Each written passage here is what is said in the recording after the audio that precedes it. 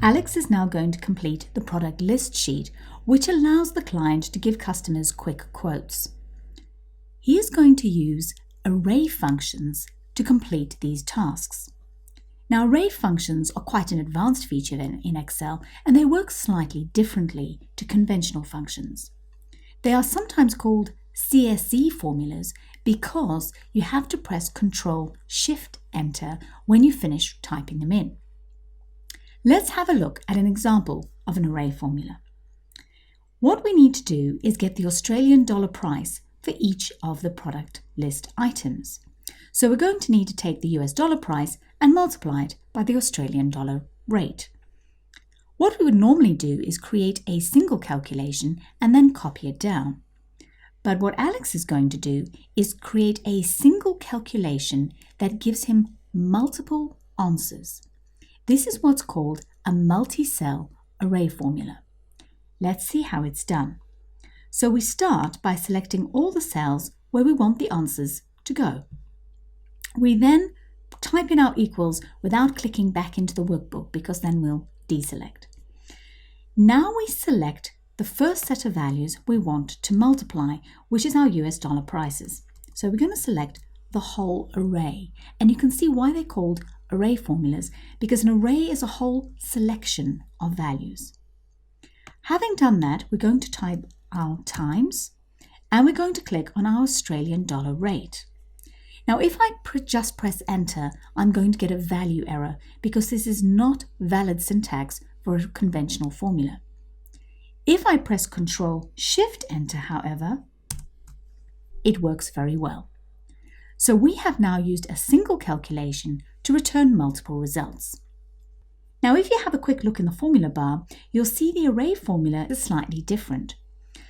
Array formulas are always shown in curly braces. They also behave slightly differently. So if I were to come and select one of these values and try and delete it, Excel tells me you cannot delete part of an array formula, which makes sense. All those values are being calculated by a single formula, so I can't change one of them on its own. That's not to say I can't update all of them. So if I select the whole lot, I can now go and change the formula, or if I wanted to, I could delete it.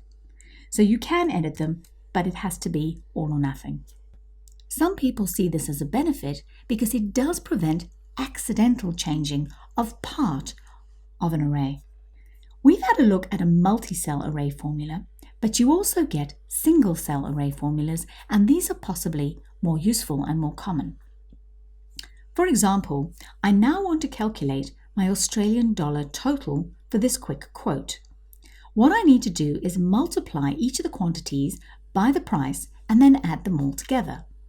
We can do this using an array formula. Let's see how it works. So I'm going to click into F4 and type equals sum. Now what I need to do is multiply this array by this array and sum the contents.